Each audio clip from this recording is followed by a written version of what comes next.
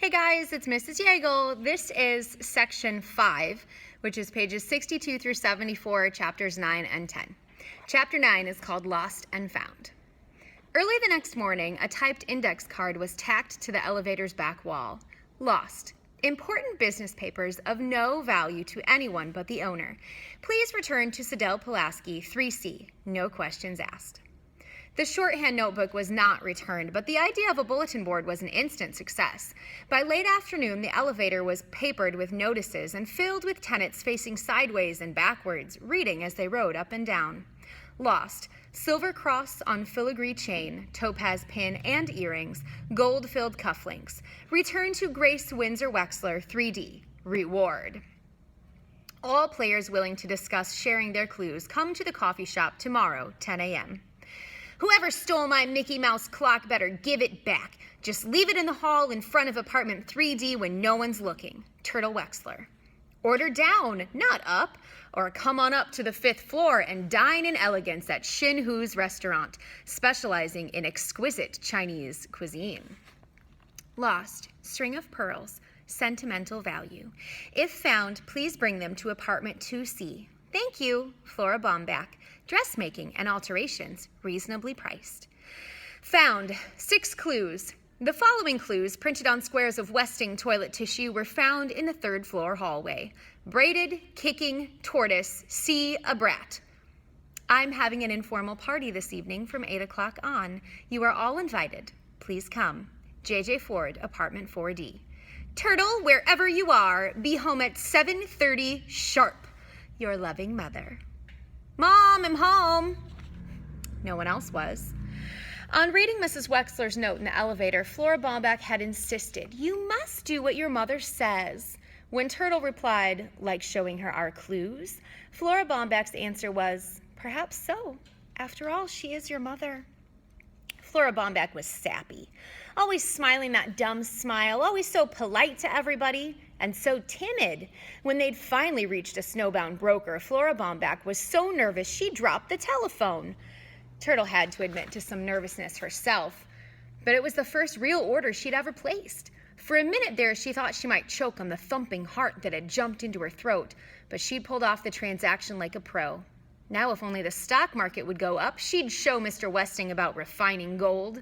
The next part of the will would read, "Whichsoever pair made the most money with the $10,000 inherits the whole estate." She was sure of it.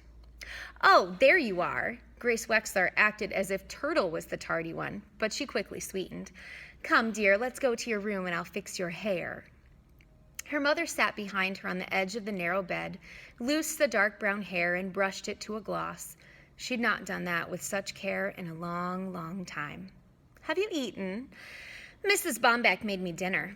Turtle felt the fingers dividing the hair into strands. Her mother was so warm, so close. "Your father's probably starving. He's been so busy on the phone, changing appointments and all." "Dad's eating in the coffee shop. I just saw him there." Turtle had dashed in, shouting, "The braided tortoise strikes again!" and kicked a surprised Theo in the shin. It was Doug who, not Theo, who had made the sign. Her mother twisted the 3 strands into a braid. "I think you should wear your party dress tonight. You look so pretty in pink." Pretty? She'd never used that word before, not about her. What was going on? "You know, sweetheart, I'm rather hurt that you won't tell your own mother about your clues." So that was it. She should have known. "My lips are sealed," Turtle said defiantly. "Just one eensy-beensy clue," Grace wheedled, winding a rubber band around the end of the braid. "N-n-n-n," Turtle replied through sealed lips. Angela came into the small room and tugged Turtle's braid. Only her sister could get away with that.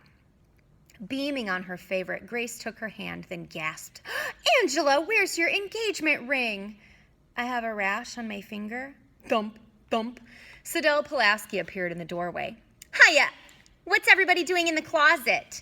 "See, I told you this was a closet," Turtle said. Grace ignored the complaint. It did no good being nice to that ungrateful child, never satisfied, always whining about something or other. "Oh, hello, Miss Pulaski." "I've been feeling a bit weakly, thank you, but nothing that can keep me from the party." Siddell's crutch was painted in black and white squares to match her black and white checkered dress. Her large hoop earrings were also black and white. The white one dangled from her left ear, the black from her right. "The party is such a lovely idea," Grace said, warming up to the owner of the shorthand notes. "When I saw the invitation in the elevator, I suggested to Mr. Hu that he call the judge to see if she needed hors d'oeuvres. And sure enough, he got an order for 6 dozen. She turned to Angela. "Hadn't you better get dressed, dear? It's getting late. It's too bad Dr. D can't escort you to the party, but your father and I will take you." "Angela and I are going together. We're partners, you know." Siddell had it all planned. They were to appear in identical costumes. Tonight was the night they would discover if one of the heirs was a twin. "I'm going to the party with Mrs. Bombach," Turtle remarked. "The sign said everyone's invited." Again, Grace ignored her. "By the way, Miss Pulaski, I do hope you've changed your mind about showing me your notes."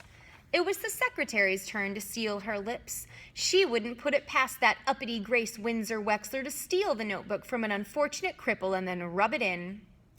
Grace tried again, her voice dripping with honey. "You know, of course, that if I do win the inheritance, everything I own goes to Angela." Turtle bounded up. "Let me out of here. A person can't breathe in this closet." She kicked the bed, kicked the chair, kicked the desk, and elbowed past the disapproving secretary. "What in the world is wrong with that child?" her mother said. Judge Ford was instructing Theo in the art of bartending when the telephone rang. The snowbound newspaper man had found several items in the files. First, the engagement announcement of Angela Wexler to D. Denton Deer. Next, several clippings on a lawsuit brought against Sam Westing by an inventor named... "Hold on, please." Mr. Hu waddled in with a large tray of appetizers. The judge pointed to him in the serving buffet and apologized to her caller. "I'm sorry, would you repeat that name?" "James Hu." He claimed Westing stole his idea of the disposable paper diaper.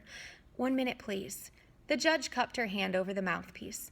"Please don't leave, Mr. Hu. I was hoping you'd stay for the party. As a guest, of course. Your wife and son, too." Hu grunted. He hated parties. He'd seen his fill of people eating and drinking and acting like clowns, jabbering like... So that's it. Jabbering. Dropping clues. "I'll be right back." The receiver hissed with an impatient sigh, then the researcher went on. "I've got a thick file of sports items on another Hu, a Doug Hu. Seems he runs a pretty fast mile for a high school kid. That's all I could find on the names you gave me, but I still have stacks of Westing clippings to go through." "Thank you so much." The doorbell rang. The party was about to begin. Chapter 10, The Long Party. "I hope we're not too early." Grace Windsor Wexler always arrived at parties fashionably late, but not tonight. She didn't want to miss a thing or a clue or wait around in her apartment with a murderer on the loose. "I don't think you've met my husband, Dr. Wexler."